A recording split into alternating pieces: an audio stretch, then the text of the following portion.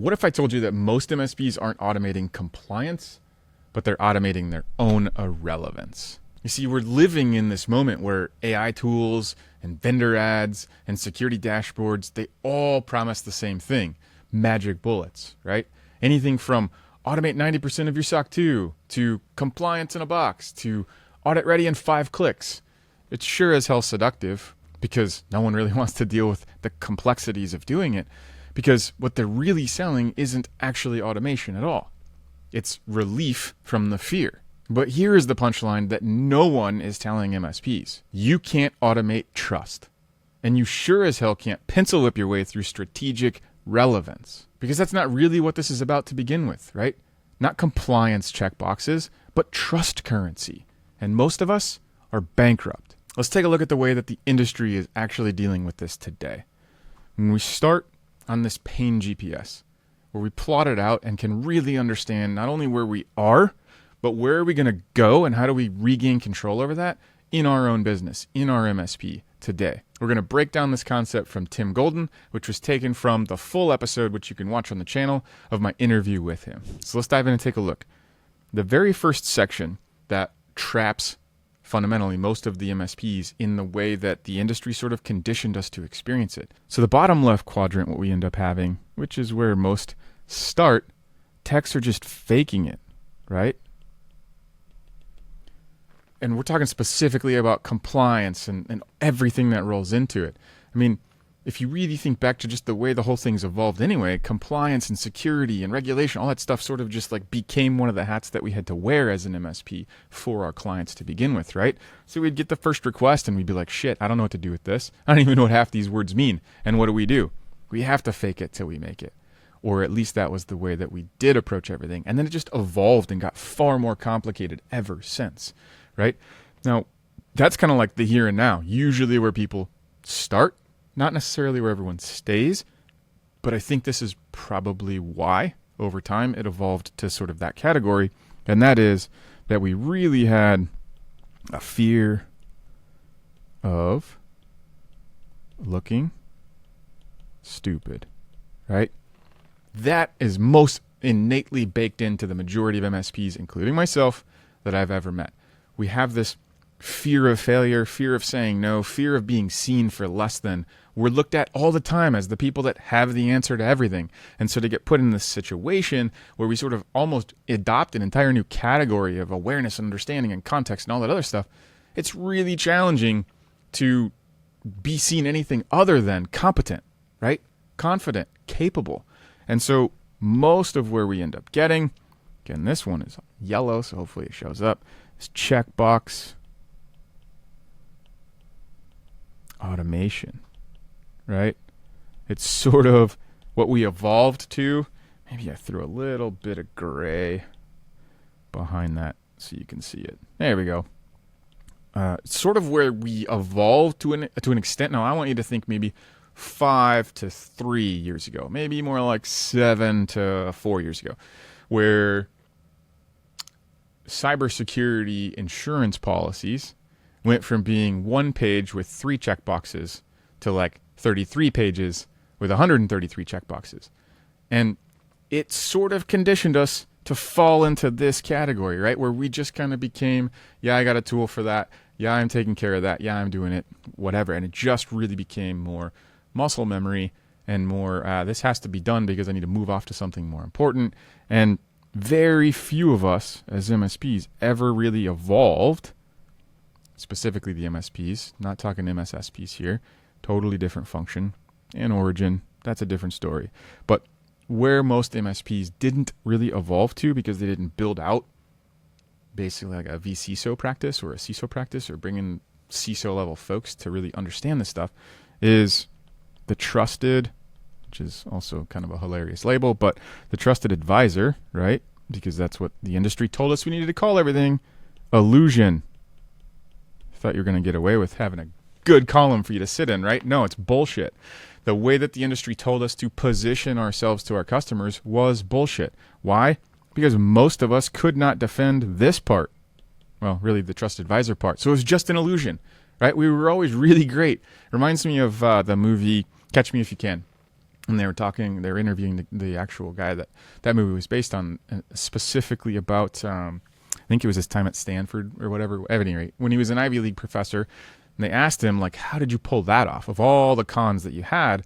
And he said something that was really simple, never forgot it. I stayed one chapter ahead of the class. Like, how fucking simple is that? And how ridiculous it is. That's kind of the way that the industry has treated compliance and governance and regulation and all of this stuff, is that we just sort of we created the illusion of staying one chapter ahead of our clients. That's bullshit. Like, we need to own that and figure out how do we actually evolve into a competent and capable and valuable partner that isn't just creating a nightmare of paperwork or a bunch of risk or a bunch of exposure for them if something actually happens. And the real damage is that, like, this is sort of the path that most of the MSPs have taken, because that's like the way the industry sort of curbed everything. And so most MSPs, they get trapped in that loop around and around because, someone will leave or whatever, and you just have to go do it again. They get asked about compliance and we flinch, right? We say things like, well, we'll figure it out.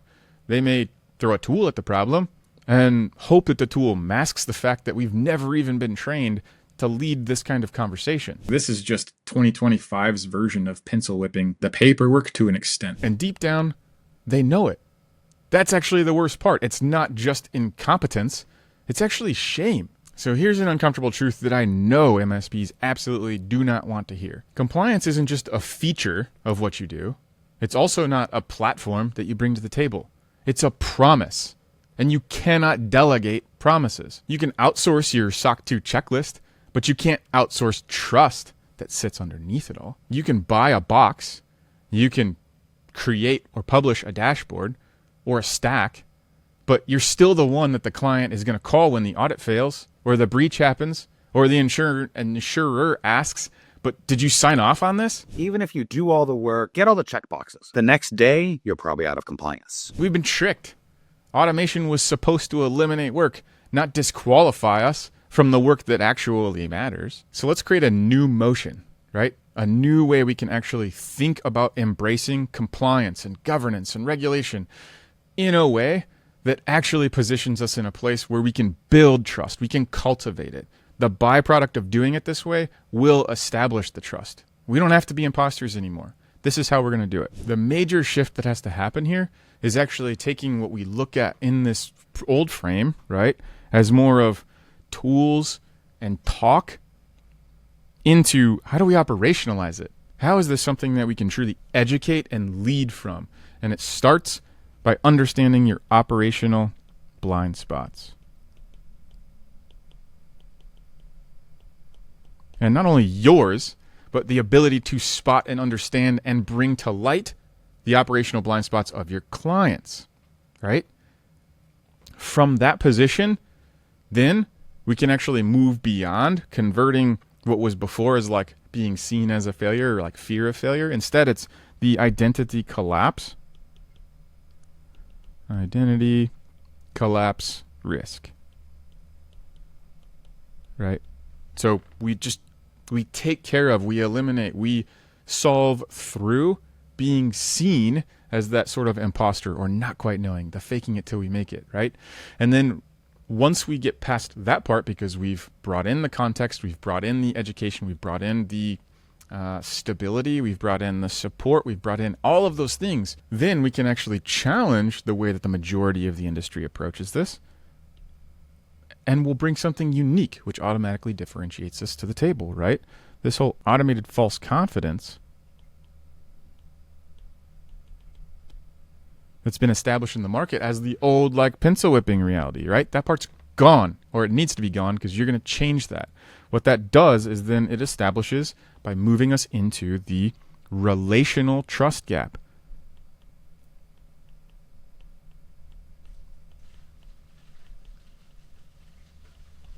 And what is that?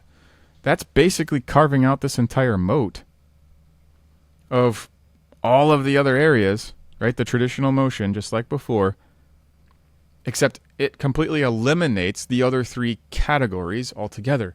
Because by the nature of us being able to truly show up and lead those conversations, we create the gap between how we're showing up and whatever they're used to before, right? But we have to unlearn something together. And that is, instead of thinking about compliance as a checklist to be filled, we actually have to think about it as a relationship that needs to be operationalized. And that means 3 things. Number 1 is that governance does not equal documentation, right? Governance is ultimately how your client steers their own ship, right? You're the one holding the compass, but you are not on the ship. Number 2 is that risk cannot and should not equal a checkbox, right? Each one of those requires an actual conversation. Risk is context. It's the why behind every single control. And without it, you're just installing 2-factor authentication because someone said to. And the third is that compliance, this is the reframe,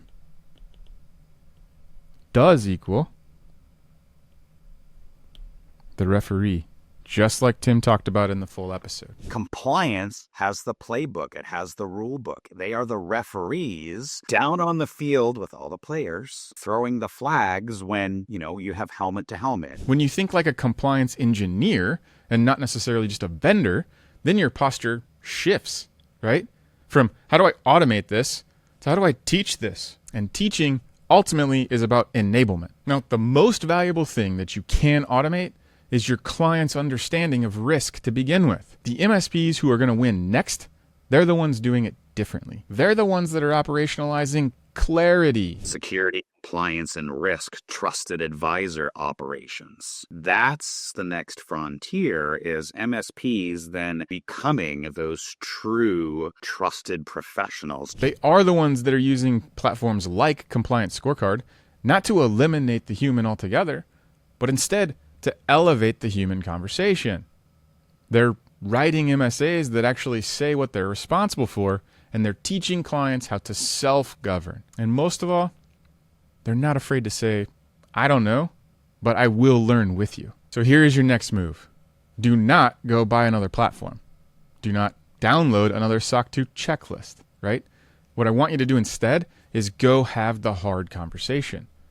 Maybe open up the last compliance conversation transcript that you have and ask yourself, did I explain why, or did I hide behind the what? Then I want you to schedule a call, not with a tool vendor, but with someone who's actually walked through this process. Somebody like Tim. So we started this episode by thinking that compliance automation was really about the tools, but what we learned instead is the tools aren't automating compliance. They're automating your disappearance. Because when compliance becomes invisible, so do you. And if you want to stay relevant, then you have to become the translator in the conversation, not the technician in the conversation. But I'm willing to put in the effort. I'm willing to fail as long as you're willing to fail up with me. That is what clients are begging for. Not perfection, but partnership. Thank you for joining me on another episode of the MSP Insider Show. This is the Whiteboard series inspired by Tim Golden of Compliance Scorecard. You can go dig into that entire conversation on the channel.